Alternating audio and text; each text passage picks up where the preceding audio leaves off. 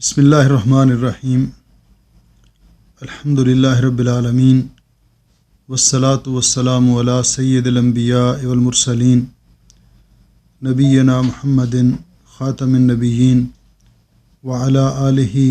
الطیبین الطاہرین واصحابہ الغر المیامین ومن تبعہم بإحسان الی یوم الدین اما بعد۔ معزز سامعین و ناظرین، السلام علیکم ورحمۃ اللہ وبرکاتہ۔ سب سے پہلے تو ہم اللہ سبحانہ و تعالیٰ کا شکر ادا کرتے ہیں کہ جس نے اپنے فضل و رحمت سے ہمیں زندگی میں ایک بار پھر ماہ رمضان المبارک نصیب کیا۔ یہ نیکیوں کا موسم بہار، یہ بابرکت ایام اور یہ پر رحمت راتیں، اور اللہ رب العزت کے خاص فضل و کرم کا مظہر یہ ماہ رمضان المبارک اللہ رب العزت نے ہم کو عطا کیا۔ پھر ہم اس مالک کا اس بات پر بھی جتنا شکر ادا کریں کم ہے کہ اس محسن حقیقی نے ہمیں صحت و عافیت سے نوازا اور ہم نے اس ماہ مبارک کے روزے رکھے، رات کو قیام کیا، قرآن پاک کی تلاوت کی، دعائیں کیں اور دیگر نیک اعمال جو سر انجام دیے، تو یہ سب اللہ کی توفیق سے ہوا۔ اور آج یہ ماہ مبارک اپنے اختتام کو پہنچا، 30 روزے مکمل ہوئے، اور اس موقع پر ہم اللہ رب العزت کا شکر ادا کرتے ہیں کہ اس مالک نے ہمیں خیر و عافیت کے ساتھ اس ماہ مبارک کے روزے رکھنے کی توفیق بخشی، اور اس محسن حقیقی کی بارگاہ میں دعا گو بھی ہیں کہ اللہ رب العزت ہمارے روزے قبول فرمائے، قرآن پاک کی تلاوت، راتوں کا قیام، صدقہ و خیرات، دعائیں، جو بھی ہم نیکی کر سکے اللہ رب العزت قبول و منظور فرمائے، اور ہمیں وہ حقیقی خوشی اور فرحت نصیب فرمائے جس کے بارے میں پیارے نبی حضرت محمد رسول اللہ صلی اللہ علیہ وسلم نے ارشاد فرمایا کہ للصائم فرحتان، روزے دار کو اللہ رب العزت 2 خوشیاں نصیب فرماتے ہیں۔ فرحت عند فطرہ ہی، ایک خوشی تو اس وقت اس کو میسر آتی ہے کہ جب وہ روزہ افطار کرتا ہے۔ تو روزہ افطار کرنے کے علماء نے 2 مفہوم بیان کیے ہیں۔ ایک تو جب یومیہ روزہ افطار کرتا ہے تو اس کو ایک روحانی خوشی نصیب ہوتی ہے کہ بھوک اور پیاس کے بعد اس نے روزہ افطار کیا اور اپنے مالک کے حکم کے مطابق یہ سب کچھ اس نے برداشت کیا اور اپنے مالک کے حکم کی تعمیل کی۔ اور دوسرا مفہوم اس کا یہ بیان کیا کہ جب رمضان المبارک کے روزے کمپلیٹ کر لیتا ہے مومن، تو اس وقت اس کو ایک خوشی نصیب ہوتی ہے، روحانی خوشی، کہ الحمدللہ میں نے اپنے خالق و مالک، اپنے محسن حقیقی اللہ سبحانہ و تعالیٰ کے حکم کی تعمیل کی ہے اور اس کے حکم پر میں نے روزے رکھے ہیں، تو یہ خوشی اس کو نصیب ہوتی ہے۔ اور دوسری خوشی وہ فرحت عند لقاء ربہ، کل قیامت کے دن جب اللہ رب العزت سے ملاقات ہوگی تو اپنے ان روزوں کی وجہ سے اللہ سبحانہ و تعالیٰ کے بارگاہ میں اس کو ایک اطمینان اور خوشی نصیب ہوگی۔ تو ہم اللہ رب العزت کی بارگاہ میں دعا کرتے ہیں کہ اللہ رب العزت ہمیں یہ خوشیاں بھی اپنے فضل و رحمت سے نصیب فرمائے۔ اللہ تعالیٰ کی بارگاہ میں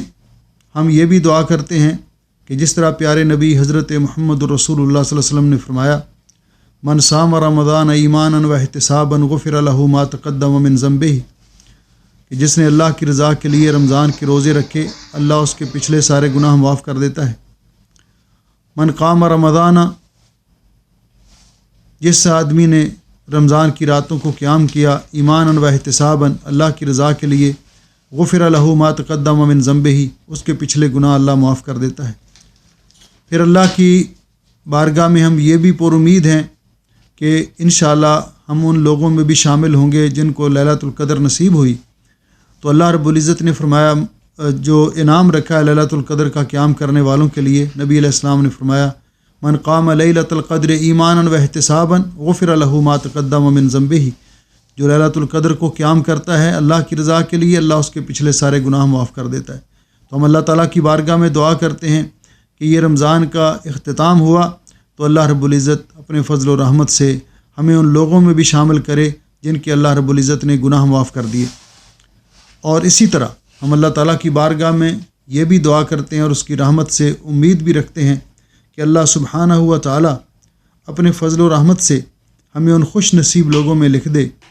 کہ جن کو اللہ رب العزت رمضان المبارک کی راتوں میں جہنم سے آزاد کرتا ہے۔ تو اللہ تعالیٰ ہمیں بھی ان خوش نصیب لوگوں میں لکھ دے۔ اللہ رب العزت ہم سب کو جنت الفردوس کے وارث بنائے اور اللہ تعالیٰ ہمیں جہنم کی سزا سے محفوظ رکھے۔ جس طرح اللہ رب العزت نے رمضان المبارک کے اندر ہمیں نیکی کرنے کی توفیق بخشی، ہم اللہ رب العزت کی بارگاہ میں یہ بھی دعا کرتے ہیں کہ اللہ تعالیٰ یہ روٹین ساری زندگی ہمیں برقرار رکھنے کی توفیق عطا فرمائے اور نیکی کرنے کی توفیق عطا فرمائے اور گناہوں سے بچائے۔ اور یہ بھی دعا کرتے ہیں کہ اللہ رب العزت یہ ماہ مبارک، یہ پیارا موسم، یہ پر رحمت گھڑیاں اللہ رب العزت ہمیں زندگی میں بار بار نصیب فرمائے، صحت و عافیت کے سائے میں، ایمان کے سائے میں اور اسلام کے سائے میں خیر و عافیت کے ساتھ یہ زندگی میں بار بار یہ بہاریں ہمیں نصیب فرمائے۔ اللہ تعالیٰ اس ماہ مبارک کو پوری امت مسلمہ کے لیے خیر و برکت کا باعث بنائے۔ کل الحمدللہ عید کا دن ہے اور عید کا دن جو کل عید آ رہی ہے تو اس کو عید الفطر کہتے ہیں۔ عید کا معنی کیا ہے؟ علماء نے عید کا مفہوم بیان کیا کہ یہ عاد یعود سے ہے، جس کا معنی ہے کہ ہر سال پلٹ کے آنے والی، یعنی عید جو ہے ہر سال پلٹ کے آتی ہے، اس لیے اس کو عید کہتے ہیں۔ دوسرا اس کا مفہوم یہ ہے کہ عید امت پر، لوگوں پر انفرادی طور پر اور اجتماعی طور پر خوشیاں لوٹاتی ہے، اس لیے اس کو عید کہتے ہیں۔ اور الفطر کا معنی ہے افطار کرنا، تو گویا کہ یہ عید روزوں کے اختتام پر آتی ہے، اس لیے اس کو عید الفطر کہا جاتا ہے۔ عید الفطر اور عید الاضحیٰ یہ خوشی کے وہ دو مواقع ہیں جو اللہ رب العزت نے مسلمانوں کو نصیب کیے۔ حضرت انس رضی اللہ تعالیٰ عنہ سے روایت ہے کہ نبی پاک صلی اللہ علیہ وسلم جب ہجرت کر کے مدینہ طیبہ میں تشریف لائے تو اس وقت رسول اکرم صلی اللہ علیہ وسلم کے آنے سے پہلے وہاں کے لوگ 2 سالانہ تہوار منایا کرتے تھے۔ تو نبی علیہ الصلوۃ والسلام نے جب ان سے اس کی وجہ پوچھی تو بتایا کہ یہ دن یہ خوشی کے مناتے ہیں، یہ ان کے تہوار ہیں۔ تو آپ نے فرمایا اللہ تعالیٰ نے تمہیں ان 2 دنوں کے بدلے 2 عیدیں عطا کر دی ہیں، ایک عید الفطر اور ایک عید الاضحیٰ۔ عید الاضحیٰ وہ عید ہے کہ جس کو عید قربان بھی کہتے ہیں، جس موقع پر جانور ذبح کیے جاتے ہیں۔ تو عید الفطر جو ہے یہ بھی اللہ رب العزت کا امت پر ایک بہت بڑا انعام اور بہت بڑا احسان ہے۔ رسول اکرم صلی اللہ علیہ وسلم نے فرمایا ھذا عیدنا یا اہل الاسلام، اے اہل اسلام یہ ہماری عید ہے۔ اور دوسری روایت میں لکل قوم عید، ہر قوم کی کوئی نہ کوئی خوشی کا دن ہوتا ہے۔ وھذا عیدنا، اور یہ عید الاضحیٰ اور عید الفطر یہ ہمارا عید خوشی کا دن ہے، یہ اللہ رب العزت نے عطا کیا ہے۔ عید الفطر جو ہے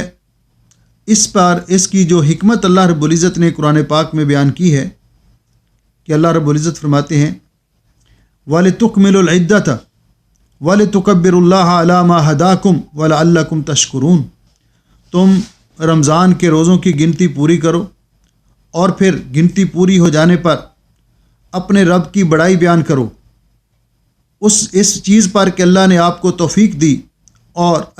لعلکم تشکرون، تاکہ تم اللہ تعالیٰ کے شکر گزار بندے بنو۔ تو اس لیے اس موقع پر سب سے پہلے تو عید کا چاند نظر آنے کے بعد، جس طرح کہ رسول اکرم صلی اللہ علیہ وسلم نے فرمایا کہ رمضان کا آغاز بھی چاند دیکھ کر صوموا لرؤیتہ، اور رمضان کا اختتام بھی چاند دیکھ کر۔ اور جب عید کا چاند طلوع ہو گیا اور کل یکم شوال ہے تو یہ عید الاضحیٰ جو ہے یہ یکم شوال کو آتی ہے۔ تو اس سلسلے میں سب سے پہلی بات کہ چاند دیکھ کر ہمیں دعا پڑھنی چاہیے۔ آج چونکہ مطلع ابر آلود تھا، چاند بظاہر نظر تو نہیں آیا، لیکن رمضان المبارک کی جو گنتی پوری ہو گئی 30 دن، ہو سکتا ہے چاند نظر بھی آیا ہو، لیکن یہاں ہمارے جو تھا منطقے میں یہاں پہ خوب بادل تھے شام کے وقت۔ تو اس موقع پر دعا نبی علیہ الصلوۃ والسلام نے سکھائی ہمیں کہ اللہم احلہ علینا بالیمن والایمان، اے اللہ اس ماہ ہلال شوال کو ہم پر طلوع فرما برکت کے ساتھ اور ایمان کے ساتھ، والسلامت والاسلام اور سلامتی اور اسلام کے ساتھ، والتوفیق لما تحب وترضی اور توفیق کے ساتھ اس چیز کی جس کو تو پسند کرتا ہے اور جس پر تو راضی ہے۔ ربی و ربک اللہ، اے ہلال نو میرا اور تیرا رب اللہ تعالیٰ ہے۔ عید الفطر کا چاند نظر آ جانے کے بعد یہ آیت کریمہ جو میں نے آپ کے سامنے تلاوت کی ہے، اس کی بنیاد پر اس سے استدلال کرتے ہوئے علماء کا یہ خیال ہے کہ چاند نظر آتے ہی تکبیرات شروع کر دینی چاہیے، چاند نظر آتے ہی۔ اور یہ علماء کا موقف ہے، جیسا کہ علامہ ابن قیم رحمہ اللہ کا بھی یہ موقف ہے، اور شاہ ولی اللہ رحمۃ اللہ علیہ ان کا بھی یہ موقف ہے کہ چاند نظر آتے ہی تکبیرات، اللہ اکبر اللہ اکبر، لا الہ الا اللہ اللہ اکبر وللہ الحمد، اللہ اکبر لا الہ الا اللہ واللہ اکبر وللہ الحمد، یا اللہ اکبر کبیرہ، جس طرح کہ حضرت سلمان فارسی رضی اللہ تعالیٰ عنہ سے روایت ہے۔ تو یہ تکبیرات اللہ تعالیٰ کی جو بڑائی بیان کرنی شروع کر دینی چاہیے۔ اور جمہور علماء کا موقف ہے کہ تکبیرات عید کے دن جب ہم عید کی نماز کے لیے رخصت ہوں تو عید کی نماز کو جاتے وقت تکبیرات شروع کریں، اور پھر عید نماز جماعت کھڑے ہونے تک تکبیرات جاری رکھیں، اور اس کے بعد تکبیرات ختم ہو جائیں گی۔ تو تکبیرات مرد بلند آواز سے کہیں، عورتیں اگر گھر میں ہیں تو وہ بھی اپنا ذرا بلند آواز سے، لیکن اگر مرد ہیں وہاں تو عورتیں کچھ پست آواز سے، تاکہ غیر محرموں تک آواز نہ جائے، لیکن مرد بلند آواز سے یہ تکبیرات کہیں، اور یہ سنت ہے رسول اکرم صلی اللہ علیہ وسلم کی۔ اس موقع پر عید نماز کو جانے سے پہلے ایک بات کہیں میں توجہ دلا دیتا ہوں، پہلے بھی ہم نے پچھلے دروس میں بھی عرض کیا کہ عید نماز سے پہلے فطرانہ صدقۃ الفطر ادا کر دینا چاہیے۔ صدقۃ الفطر عید نماز سے پہلے ادا کر دینا چاہیے، کیونکہ رسول اکرم صلی اللہ علیہ وسلم نے فرمایا، حضرت ابن عباس رضی اللہ تعالیٰ عنہما سے روایت ہے، من اداہا قبل الصلاۃ فہی زکوۃ مقبولہ، جو آدمی صدقۃ الفطر نماز سے پہلے ادا کرتا ہے تو یہ اللہ تعالیٰ کے ہاں قبول ہو جاتا ہے۔ ومن اداہا بعد الصلاۃ، یعنی اپنے ہدف کو پہنچ جاتا ہے، اور جو نماز عید کے بعد ادا کرے گا تو یہ عام صدقہ شمار ہوگا۔ تو نماز عید الفطر اس کے لیے جانے کے لیے جو اہتمام کرنا چاہیے، اور رسول اکرم صلی اللہ علیہ وسلم کا اس سلسلے میں جو عمل مبارک تھا کہ اس کے لیے مستحب ہے کہ انسان غسل کرے، صاف ستھرا لباس پہنے، اور مرد خوشبو لگائیں جس طرح عطر وغیرہ ہے۔ رسول اکرم صلی اللہ علیہ وسلم ایسے موقع پر عمدہ لباس زیب تن کیا کرتے تھے، اور پھر گھر سے رخصت ہونے سے پہلے یعنی عید نماز جو ہے یہ کھلے میدان میں مصلی میں ادا کی جائے، اگر ایسا انتظام نہ ہو تو پھر مسجد میں بھی ادا کرنا جائز ہے۔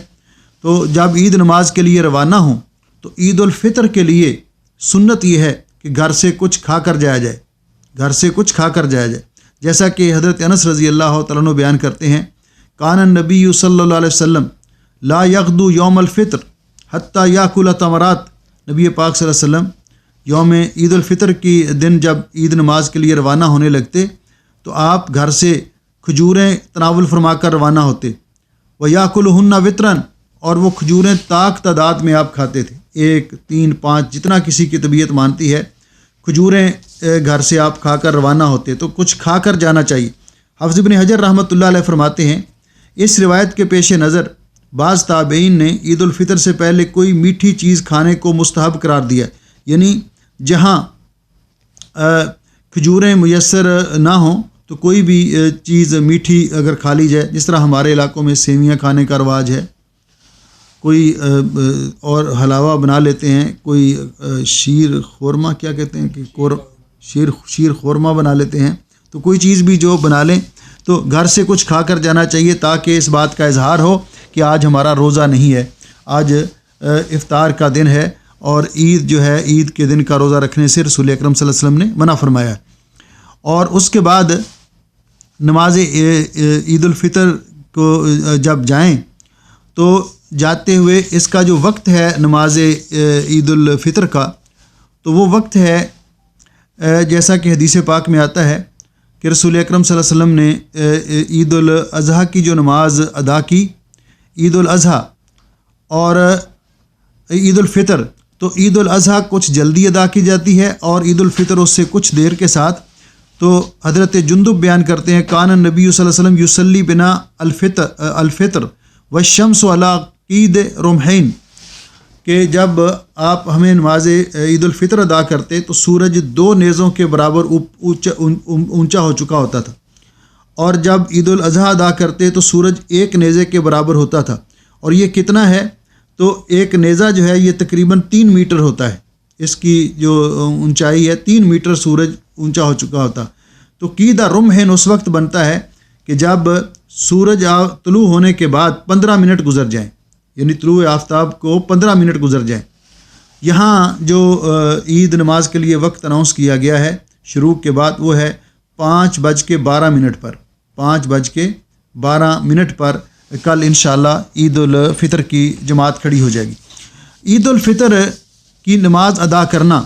اس کے بارے میں علماء کا یہ موقف ہے کہ عید الفطر کی نماز ادا کرنا، یہ بعض علماء نے کہا کہ سنت موقدہ ہے، بعض علماء نے کہا کہ یہ واجب ہے، اور بعض علماء نے کہا جو راجح موقف معلوم ہوتا ہے، جیسے کہ علامہ عبید اللہ مبارک پوری رحمۃ اللہ علیہ نے بیان کیا، شیخ البانی رحمہ اللہ کا بھی یہ موقف ہے، اور اسی طرح شیخ البانی نے تمام المنہ میں بھی اس کو ذکر کیا ہے کہ عید نماز جو ہے یہ واجب ہے، بلکہ علامہ مبارک پوری رحمۃ اللہ نے فرمایا کہ یہ عید نماز فرض عین ہے، عید نماز فرض عین ہے۔ اس لیے امام بخاری رحمۃ اللہ علیہ نے باب قائم کیا ہے بخاری شریف میں، باب اذا فاتت العید یصلی رکعتین، کہ جب کسی کی عید نماز رہ جائے جماعت کے ساتھ تو وہ 2 رکعت نماز ادا کرے گا، یعنی اسی طرح جس طرح عید نماز ادا کی جاتی ہے تو 2 رکعتیں ادا کرے گا، قضا دے گا، کیونکہ عید نماز جو ہے یہ فرض ہے۔ وکذالک النساء، اسی طرح عورتیں، ومن کان فی البیوت والقری، اور جو گھروں میں ہیں جہاں پہ نماز کا اہتمام نہیں ہوتا، اور جو بستیوں کے لوگ ہیں تو وہ اپنی جگہ پر 2 رکعت نماز پڑھیں گے۔ جس سے یہ معلوم ہوتا ہے کہ عید نماز کے لیے جانے کا رسول اکرم صلی اللہ علیہ وسلم نے بڑی تاکید کے ساتھ حکم دیا، حتیٰ کہ خواتین کو بھی حکم دیا، خواتین کو بھی جب عید نماز کھلے میدان میں ہو، وہ خواتین جن کو مجبوری ہے کہ جن ایام میں وہ نماز نہیں پڑھ سکتی، ان کو بھی حکم دیا کہ وہ پردے کا اہتمام کر کے جائیں، لیکن وہاں جا کر عید نماز میں شامل نہ ہوں۔ عید جہاں یعنی جب یہ لوگ نماز عید پڑھیں، کیونکہ ان کے لیے نماز پڑھنا درست نہیں، لیکن وہ امام کا خطبہ سنیں اور اپنا دعا کے اندر شریک ہوں اور واعظ و نصیحت وہ سنیں، تو ان کو بھی جانے کا اس قدر آپ نے تاکیدی حکم دیا۔ تو یہاں ایک مسئلہ ضمن میں آ گیا کہ مرد جب جائیں گے تو اس وقت جو صورتحال ہے، وزارت صحت نے، وزارت اوقاف نے یہ احتیاطی تدابیر کی وجہ سے، جو کرونا وائرس کی وجہ سے جو احتیاطی تدابیر اختیار کی ہیں، تو ان میں کہ مرد تو آئیں گے نماز پڑھنے کے لیے، اور وہ فاصلے کے ساتھ کھڑے ہو کر اور وہ احتیاطی تدابیر کو اختیار کرتے ہوئے وہ مسجد میں نماز پڑھنے کے لیے آئیں گے، لیکن خواتین اور بچوں کو الاؤ نہیں ہے۔ ہاں جی، یہاں مساجد کی بات کر رہا ہوں۔ تو ایسی صورت میں خواتین کیا کریں گی؟ تو خواتین کوشش کریں کہ وہ جو کھلے میدان میں جو مصلی عید بنایا گیا ہے تو وہاں جا کر نماز میں شریک ہو جائیں، وہاں جا کر نماز کے اندر شریک ہو جائیں۔ تو یہ سب سے اولیٰ ہے، کیونکہ خواتین کی نماز جو ہے مردوں کی نماز کے تابع ہے۔ اور اگر کوئی کسی وجہ سے وہاں نہیں جا سکتے تو کسی مجبوری کی وجہ سے یا رش کی وجہ سے یا کوئی ایسی صورت بنتی ہے تو یا مصلی مثلا عیدگاہ دور ہے جہاں عید نماز کا اہتمام کیا گیا ہے، تو پھر اگر خواتین گھر میں اکیلی یا مل کر وہ جماعت کی صورت بنا لیں تو یہ آخری یعنی آپشن ہے، تو نماز ادا کر لیں تو ان کے لیے یہ بھی ٹھیک ہے، وگرنہ کوشش کریں کہ وہ کھلے میدان میں جہاں عیدگاہ کے لیے، جس طرح یہاں فروانیہ کے محافظہ میں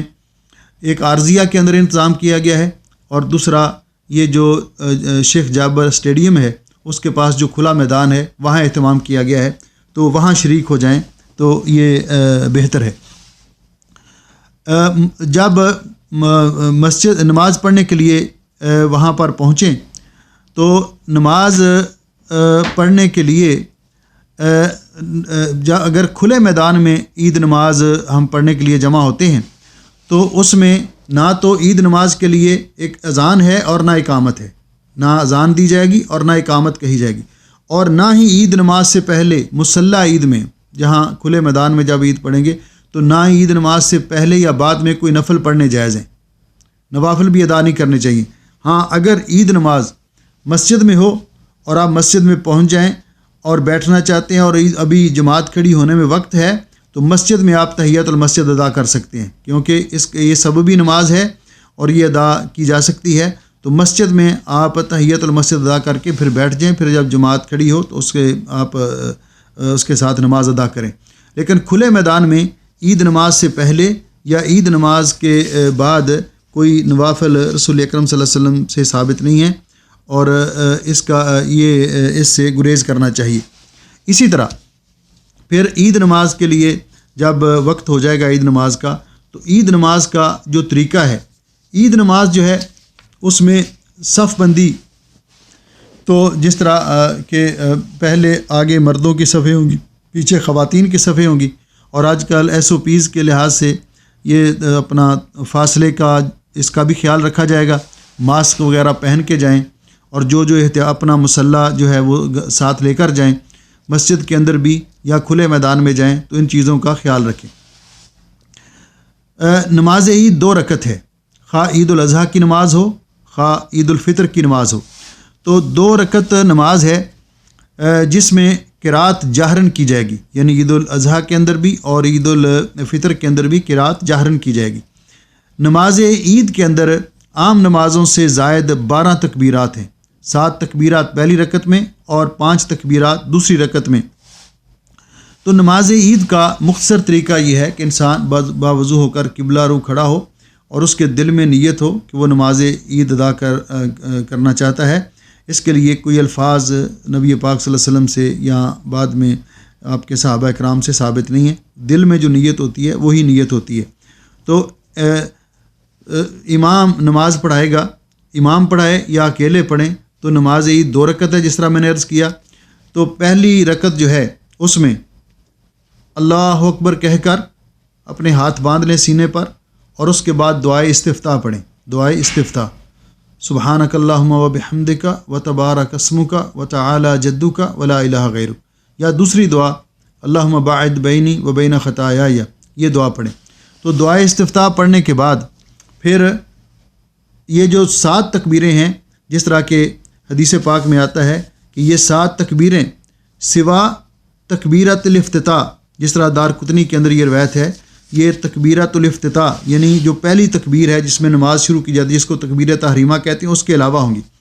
تو پہلی تکبیر کے بعد، تکبیر تحریمہ کے بعد ہم ثنا پڑھیں گے، دعائے استفتاح پڑھیں گے، اور پھر اس کے بعد اللہ اکبر، ہاتھ اٹھا کر کندھوں کے برابر اور ہاتھ سینے پر باندھ لیں گے، اللہ اکبر، اللہ اکبر، اللہ اکبر، اللہ اکبر، اللہ اکبر، اللہ اکبر۔ یہ 7 تکبیریں ہیں جو زائد تکبیریں ہیں۔ یہ کہنے کے بعد پھر اعوذ باللہ من الشیطان الرجیم، اور اس کے بعد پھر سورۃ فاتحہ پڑھی جائے گی۔ سورۃ فاتحہ بسم اللہ الرحمن الرحیم سے لے کر اینڈ تک،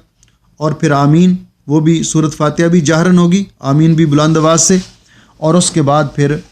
سورۃ سبح اسم ربک الاعلیٰ، سورہ اعلیٰ کی تلاوت کریں گے امام یا منفرد، اور اگر یہ صورت نہیں آتی تو پھر کوئی بھی صورت پڑھی جا سکتی ہے، اور اس کے بعد صورت کا ختم کرنے کے بعد اللہ اکبر کہہ کر رکوع میں چلے جائیں، اور پھر اس رکعت کو کمپلیٹ کریں جس طرح عام جو رکعت نماز کی ادا کی جاتی ہے۔ پھر 2 سجدے کرنے کے بعد، دوسرے سجدے کے بعد، جلسہ استراحت کے بعد جب کھڑے ہوں تو اللہ اکبر کہہ کر کھڑے ہوں۔ تو یہ اللہ اکبر یہ تکبیرہ انتقال ہے، یہ تکبیر انتقال ہے۔ اس کے علاوہ قرات سے پہلے یعنی دوسری رکعت میں 5 تکبیرات کہی جائیں گی، 5 تکبیرات زائد، جیسا کہ پہلی رکعت میں کہی تھی اللہ اکبر۔ ہر تکبیر کے ساتھ ہاتھ اٹھائیں اور سینے پر ہاتھ باندھ لیں، اللہ اکبر، اللہ اکبر، اللہ اکبر، اللہ اکبر۔ 5 تکبیرات کہنے کے بعد پھر اس کے بعد سورہ فاتحہ، بسم اللہ الرحمن الرحیم، تعوذ جو ہے صرف پہلی رکعت میں پڑھا جائے گا، دوسری رکعت میں نہیں۔ پھر سورۃ فاتحہ یعنی بسم اللہ الرحمن الرحیم سے قرات شروع کی جائے گی، اور پھر سورۃ فاتحہ کے بعد قرات جہرن ہوگی، اور سورۃ الغاشیہ کی تلاوت کریں، اور اگر سورۃ الغاشیہ یاد نہیں تو پھر کوئی بھی سورت پڑھ سکتے ہیں۔ اسی طرح پھر سورت ختم کرنے کے بعد اللہ اکبر کہہ کر رکوع میں چلے جائیں، اور اس طرح جس طرح عام نماز پڑھی جاتی ہے پھر باقی رکعت اسی طرح کمپلیٹ کریں، یعنی 2 سجدے، اس کے بعد تشہد، اور پھر سلام پھیر دیں، السلام علیکم ورحمۃ اللہ، السلام علیکم ورحمۃ اللہ۔ تو یہ اس طرح 2 رکعت نماز عید ادا کریں، اور عید نماز کے بعد پھر امام خطبہ دیں گے، عید نماز کے بعد امام خطبہ دیں گے۔ تو خطبے سے فراغت کے بعد جب صحابہ اکرام آپس میں ایک دوسرے کو کہتے تقبل اللہ منا و منکا، تقبل اللہ منا و منکا، یا جس طرح کسی کے علاقائی جو طریقہ کار ہے کہ عید مبارک، اللہ قبول کرے، تو لیکن چونکہ اس موقع پر بعض علاقوں میں پہلے رواج یہ بھی تھا کہ لوگ ملتے، مصافحہ کرتے اور گلے ملتے، لیکن یہ موجودہ جو صورتحال ہے اس میں احتیاطی تدابیر کا تقاضا ہے کہ ان چیزوں سے گریز کیا جائے، ان چیزوں سے گریز کیا جائے۔ اس طرح یہ عید نماز مکمل ہو گئی، اور عید نماز کے لیے جاتے ہوئے راستہ اور ہونا چاہیے، اور واپسی پہ راستہ بدل کے آنا یہ سنت ہے۔ یہ طریقہ کار تھا رسول اکرم صلی اللہ علیہ وسلم کا نماز عید کو ادا کرنے کا۔ جس کی نماز عید رہ جائے، جماعت سے وہ پیچھے رہ جائے، تو اس کو عید نماز پڑھنی چاہیے، کیونکہ جس طرح میں نے ذکر کیا امام بخاری رحمۃ اللہ علیہ نے کہ عید نماز جو ہے جس کی رہ جائے، قال عطا اذا فاتتہ صلاۃ العید صلی رکعتین، کہ جب کسی کی عید نماز رہ جائے تو پھر وہ 2 رکعت نماز الگ سے پڑھے گا، 2 رکعت نماز الگ سے پڑھے گا، اور اس کے لیے پھر خطبے کی ضرورت نہیں، 2 رکعت نماز پڑھ۔ اسی طرح اگر گھر میں کوئی عید نماز خواتین کرتی ہیں تو ان کو بھی خطبے کی ضرورت نہیں، خطبہ اسی صورت میں جب امام کے ساتھ جو عید نماز پڑھی جائے گی۔ تو اس طرح یہ عید الفطر کے جو نماز کا طریقہ ہے۔ اور اس کے بعد رمضان المبارک الحمدللہ گزر گیا، تو رسول اکرم صلی اللہ علیہ وسلم نے ہمیں یہ بھی ترغیب دلائی ہے کہ آپ نے فرمایا شوال کے جو رمضان کے 30 روزے رکھتا ہے، یعنی رمضان کے مکمل روزے رکھتا ہے، من صام رمضان ثم اتبعہ ستا من شوال، پھر اس کے بعد شوال کے 6 روزے رکھتا ہے، کانا کا صیام الدہر، ایسے ہے جیسے اس نے سال بھر کے روزے رکھے۔ تو یہ شوال کے 6 روزے، ان کا بھی اہتمام کرنا چاہیے۔ اگر کوئی ایک ساتھ رکھ لیتا ہے تو ٹھیک ہے، اگر کوئی ایک ساتھ نہیں رکھ سکتا کسی وجہ سے، تو پھر وہ پورے شوال میں الگ الگ بھی یہ روزے رکھے جا سکتے ہیں، تو ان کا اہتمام کرنا چاہیے۔ اور میں تمام بہن بھائی سامعین و ناظرین سب کی خدمت میں عید مبارک کہتا ہوں کہ اللہ رب العزت ہمیں عید کی حقیقی خوشیاں نصیب فرمائے۔ اور اس موقع پر آپ سے یہ دعا کی درخواست بھی کرتا ہوں کہ ایسے موقع پر آپ پوری امت مسلمہ کے لیے دعا کریں، اور اس وقت خاص کر جو فلسطین میں حالات ہوئے ہیں اور مسجد اقصیٰ کے ساتھ جو وہاں پہ جو یہودیوں کا طرز عمل ہے اور وہ تباہی انہوں نے مچائی ہے،